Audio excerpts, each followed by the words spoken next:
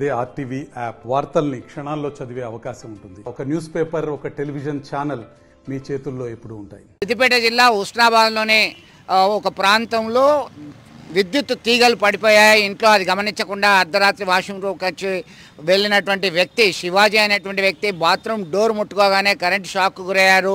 అక్కడే అమ్మ అంటూ కేకలు వేస్తూ పడిపోయినటువంటి ఘటన కలకలం సృష్టిస్తుంది. విద్యుత్ షాక్తో ఆ వ్యక్తి అక్కడికక్కడే మృతి చెందాడని అతని సోదరి చెప్తుంది.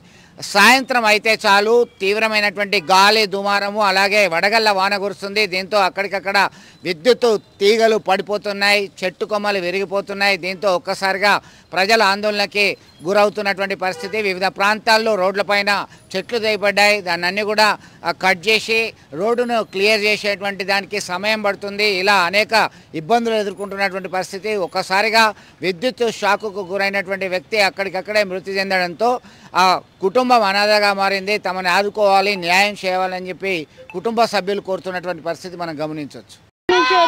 ఇక వచ్చి అన్నం తిన్నా వాడు బయటికి పోతా అన్నాడు. వచ్చిండు, వచ్చి బయటికి పోయిండు. మళ్ళీ వచ్చి ఇక కరెంట్ ఉన్నదని లైట్ వేసిండు. లైట్ అయితే కరెంట్ పోయింది. సరే అని సైలెంట్ కూర్చున్నాడు. సరే అని కూర్చున్నాక మళ్ళా కరెంట్ ఒకటేసారి ఫుల్ వచ్చింది. పోయిండు బాత్రూమ్ వస్తుంది అని అర్జెంట్ గా పోయి ఆ డోర్ ని ముట్టుకున్నాడు. అమ్మా అని గట్టిగా అరిచిండు. నేను ఏమనుకున్నా, నాకు కూడా వచ్చింది.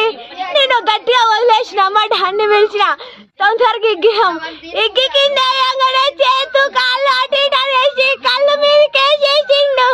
రాత్రి టైం 1:30 గట్ల అయింది. వర్షం తగ్గినాక ఒకసారి కరెంట్ వచ్చింది. మళ్ళా కరెంట్ వచ్చినాక ఫుల్ వచ్చింది కరెంటు.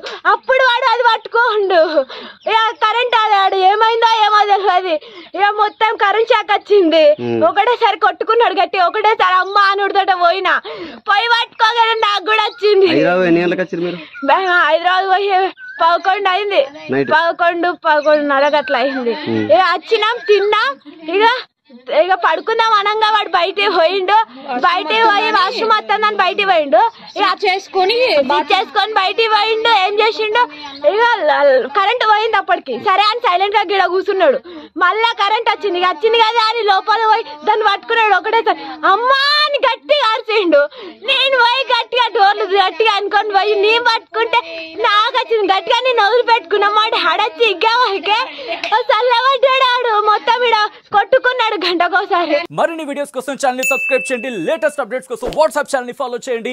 అండ్ లింక్ డిస్క్రిప్షన్ లో ఉంది.